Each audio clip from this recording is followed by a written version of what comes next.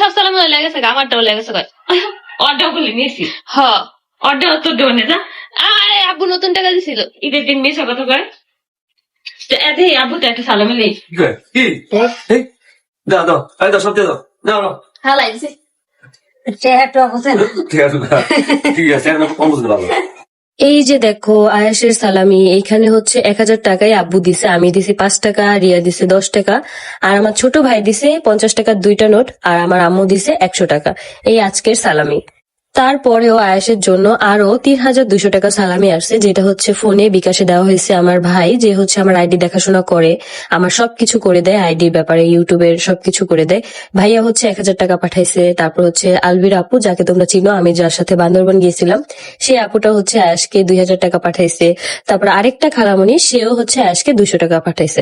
আসলে সালামির ব্যাপারটা হচ্ছে সবার সামর্থ্য অনুযায়ী, যার যতটুক তৌফিকে কুলায় সে কিন্তু ততটুকুই দেয়। তো এটা নিয়ে মন খারাপ করার মতো কোনো কিছু নাই, আমার কখনো হয় নাই, তো আমার ছেলেরও হবে না, কারণ ওর মন মানসিকতা আমার মতোই আলহামদুলিল্লাহ। তো এদিকে বিকালবেলা রিয়া একটু বাইরে গেছিল তার বান্ধবীদের সাথে দেখা করতে।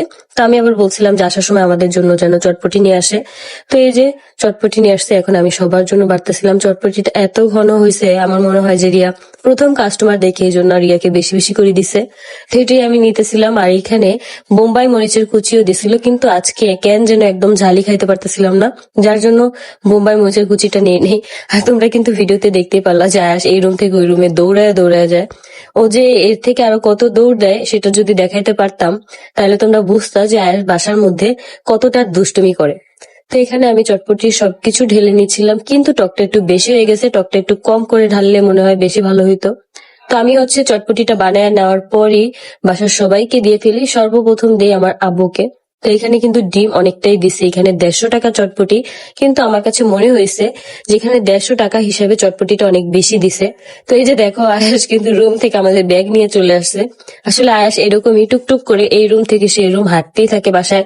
তো এটা নিয়ে আমরা যখন বের হই আয়াসকে নিয়ে, তারপরে আসার পরে আম্মু বলে যে রুমটা খালি হয়ে গেছে, বাসায় খালি হয়ে গেছে, আমার ভাল লাগে না একদমই। তো আয়াস দুষ্টুমি করে, এটাও হচ্ছে দুষ্টুমি কেন করে, আর যখন আর কি বাসায় থাকি না তখন কেন দুষ্টুমি করে না, কেন বাসায় থাকে না, এটা নিয়ে আমাদের বাসায় মনে করো আমি আম্মুকে বলি। তো এই যে আমি এখানে চটপটি গুলা সুন্দরভাবে বানায় নিচ্ছিলাম।